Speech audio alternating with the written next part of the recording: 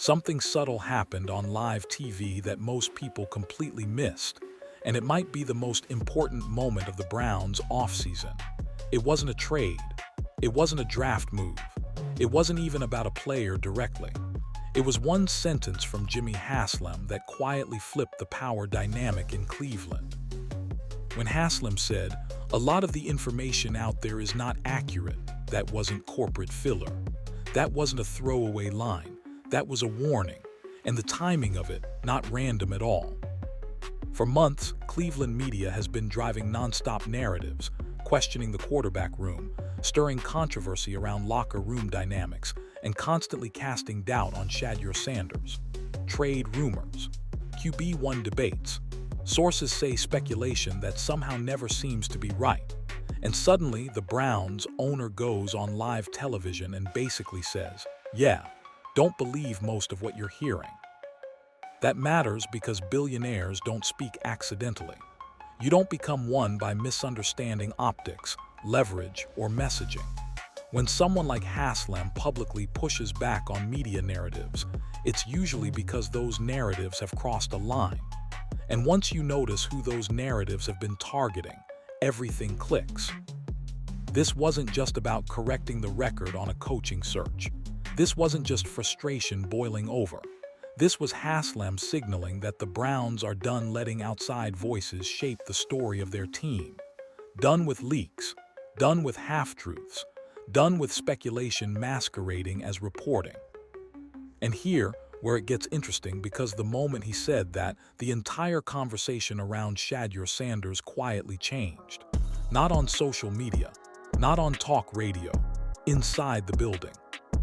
Suddenly, the same media voices that had been confidently predicting outcomes looked out of the loop. The same reporters who claimed inside knowledge didn't even break the biggest news of the week. And the same narratives that had been repeated for months started collapsing under one simple reality. The Browns aren't moving the way the media says they are. So the real question isn't whether Jimmy Haslam took a shot at Cleveland media. The real question is why he felt the need to do it now, and why Shedeur Sanders might be the biggest beneficiary of that moment. Because once you see what changed behind the scenes, this stops looking like a comment and starts looking like a line in the sand. What made Jimmy Haslam's comment hit harder wasn't just what he said, it was what happened right before and right after. Because if Cleveland media truly had the inside track, they would have been the ones breaking the biggest story of the week. They weren't. When the Browns finalized the Todd Monken hire, the news didn't come from local insiders. It didn't come from radio hosts who talk Browns football every day. It came from Adam Schefter and ESPN. That's a massive red flag in media circles, and insiders know exactly what it means. When ownership wants information controlled, leaks stop. When leaks stop, it's because trust has already been broken. And that's where Haslam's frustration starts to make sense. For months, local reporting around the Browns has leaned heavily on speculation. Anonymous sources, vague insinuations, stories framed to create tension instead of clarity, especially around the quarterback room, especially around Shedeur Sanders. But here's the problem with the modern media landscape. Narratives don't live in a vacuum anymore. This isn't the old days where a reporter could say something questionable and let it float unchallenged for weeks. Today, claims get checked instantly, clips resurface, receipts drop, and when something's not true, it gets exposed fast. That's why those viral counter-narratives kept popping up, videos debunking stories, photos disproving rumors, first-hand accounts shutting things down in real time. And ownership sees all of that. So when Haslam says, "A lot of it is not accurate," he's not guessing. He's responding to a pattern where speculation gets louder than facts and clicks matter more than accuracy. That's dangerous for a team trying to build stability, especially one centered around young players. Because here's what rarely gets said out loud. Media narratives don't just affect fans. They affect locker rooms. They affect perception around the league. They affect how players are treated before they ever take a snap. And Haslam wasn't willing to let that spiral continue. What's even more telling is what he didn't do. He didn't single out a reporter. He didn't defend one specific player. He zoomed out and challenged the entire information ecosystem around the team. That's not damage control. That's a reset. And once that reset happens, everything downstream changes, especially for the quarterback everyone keeps talking about next. Here, where this situation shifts from media drama to something much bigger, Jimmy Haslam calling out inaccurate reporting isn't just about protecting the organization's image. It directly changes the environment around Shedeur Sanders. For months, the conversation around him hasn't been about development or fit. It's been about doubt. Questions stacked on top of questions. Is he really QB1 material? Is the locker room behind him? Are the Browns unsure? Should they move on already? But notice something important. Almost all of that noise has lived outside the building. Inside NFL facilities, quarterbacks aren't judged by talk shows or anonymous quotes. They're judged by film, preparation, command, and how teammates respond when the huddle closes. That's why Haslam's words land differently than a media segment or a viral clip. Ownership sees the full picture: meetings, practices, internal evaluations, not just what trends online. When Haslam says a lot of the information out there isn't accurate, he's indirectly saying the public version of the quarterback debate doesn't match the private one. That's huge, because young quarterbacks don't usually get that kind of backing from the very top unless the organization believes in their trajectory. Owners rarely step into narrative battles unless they feel something important is being misrepresented. And this isn't about silencing criticism. Criticism comes with the position. This is about stopping false framing, the kind that paints uncertainty where there isn't any, or chaos where there's actually a plan. There's also a modern layer to this that can't be ignored. Players today aren't passive subjects of coverage anymore. They build their own platforms. They show their work. They respond, sometimes without saying a word, by posting receipts, context, and real-time proof. That's why so many stories around Shedeur didn't stick. For every rumor, there was footage. For every claim, there was a contradiction. The gap between what was being said and what was being shown kept getting wider. Ownership noticed. And when ownership notices, things change fast. Because once an organization decides the noise is doing more harm than good, access tightens. Information flows upward instead of outward. And suddenly, the people shaping the narrative are the ones actually inside the building. That's not protection. That's alignment. And alignment is exactly what a young quarterback needs before the real evaluation even begins. Which brings us to what this means for the Browns' future direction next. If you want to understand what's really happening in Cleveland, stop listening to the noise and start watching the moves. Because the most revealing detail in this entire situation wasn't what Jimmy Haslam said. It was how the Browns operated behind the scenes. When the coaching hire finally dropped, something strange happened. Cleveland media didn't break it. No leaks, no sources close to the situation, no victory laps from local insiders. The news came from Adam Schefter and ESPN. That wasn't an accident. For an NFL franchise, choosing who gets information is just as important as choosing what information gets out. And in this case, the Browns made it clear they trusted national insiders more than their own backyard. That alone tells you the organization believed narratives were getting twisted before they ever reached the public. And then there's the hire itself. Todd Monken isn't a flashy, headline-friendly pick. He's not a soundbite guy. He's a structure guy. Development, accountability, offensive clarity, the exact traits you prioritize when you're planning around a young quarterback instead of chasing short-term optics. Haslam even addressed the timing head-on, saying it doesn't matter whether a coach is hired first or eighth. What matters is getting the right one. That line wasn't for fans. That was a message to anyone tracking the process like a race instead of a strategy. And here, where it ties back to Shedeur. You don't bring in a coach like Monken if you're unsure about your quarterback room. You bring him in when you want evaluation without chaos.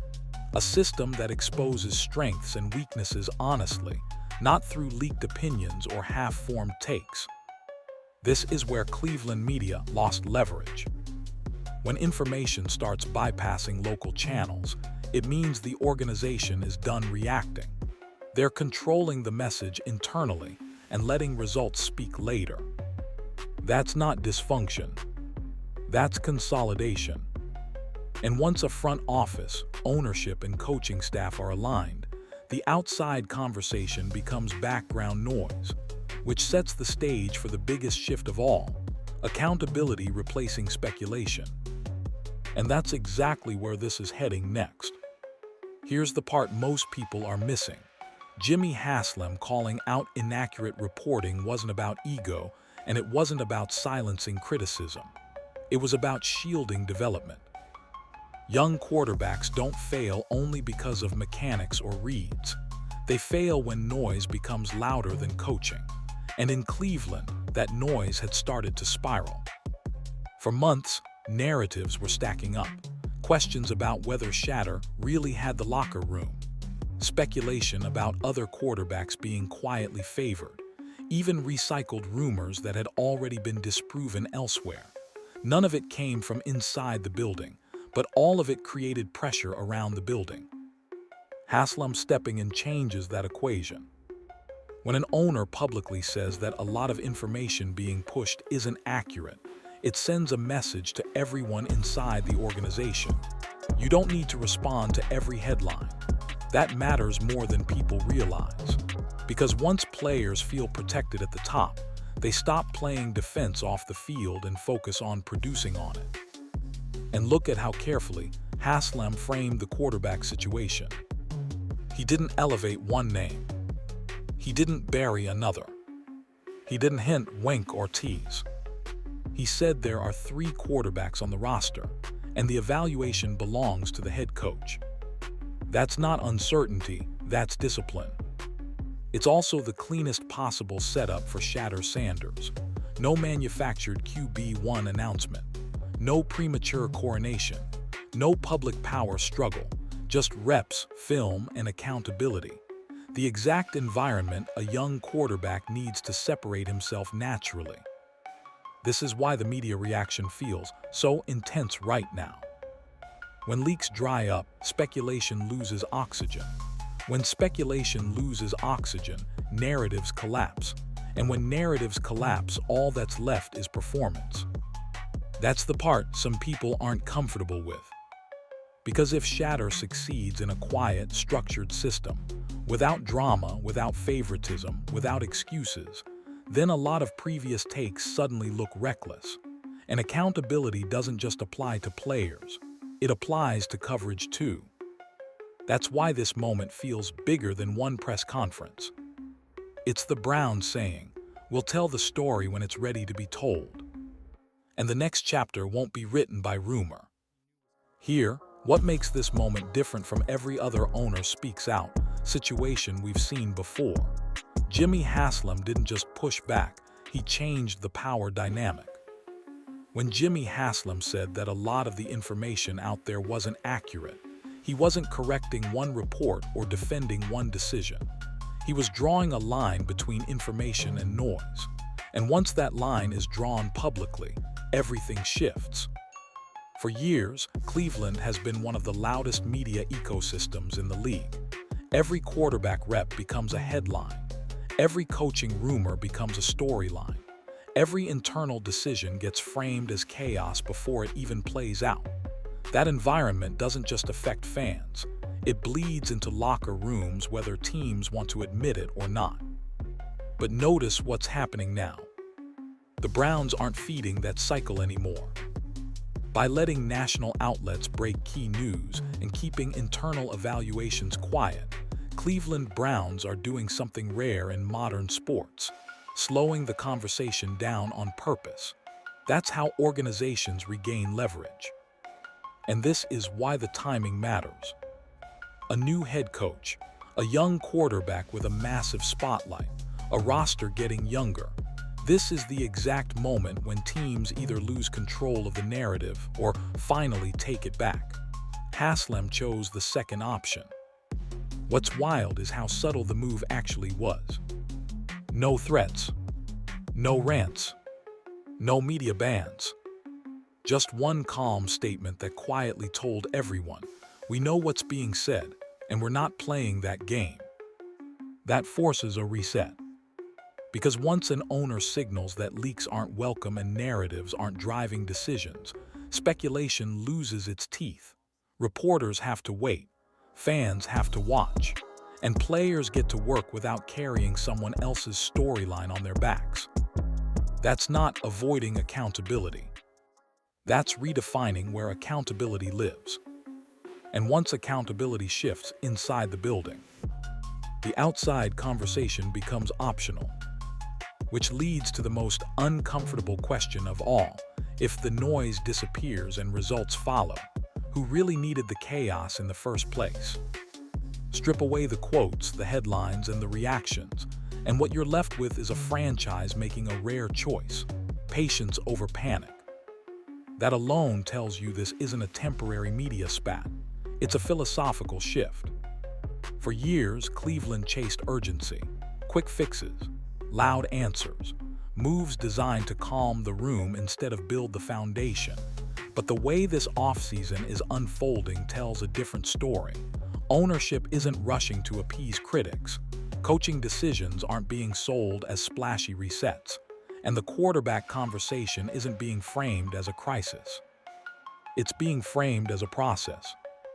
When Jimmy Haslam talks about discipline, organization, and accountability, he's not speaking in PR language. He's describing how businesses, not talk shows, actually operate. That's especially important when your roster is trending younger and your most visible player is still defining himself at the professional level. This is where Shedeur Sanders fits into the bigger picture. He's not being propped up as a savior. He's not being hidden as a risk. He's being evaluated like a long-term asset. That's the healthiest place a young quarterback can be. It removes urgency from the equation and replaces it with clarity. And clarity is how franchises stop eating their own before development has a chance to take hold. There's also a broader message here for the league. The Browns are signaling that they're done letting outside voices dictate internal packing. They're choosing to be boring now so they can be dangerous later. And that kind of decision rarely shows up in highlight reels, but it shows up in win columns. The irony is that the louder the backlash gets, the more it confirms the shift is real. Teams that are unsure tend to explain themselves constantly. Teams that are confident stop explaining and start executing. Cleveland is doing the latter, which means the next time we hear from this organization, it likely won't be to clarify rumors or respond to speculation. It'll be after reps have been logged, film has been studied, and decisions have been made quietly. And when that happens, the conversation won't be about narratives anymore. It'll be about results. And that's the one thing no media cycle can spin. This moment wasn't loud, it wasn't dramatic, but it might end up being one of the most important turning points Cleveland has had in years. When Jimmy Haslam said that much of what's being reported isn't accurate, he didn't just defend his team, he reset the rules of engagement.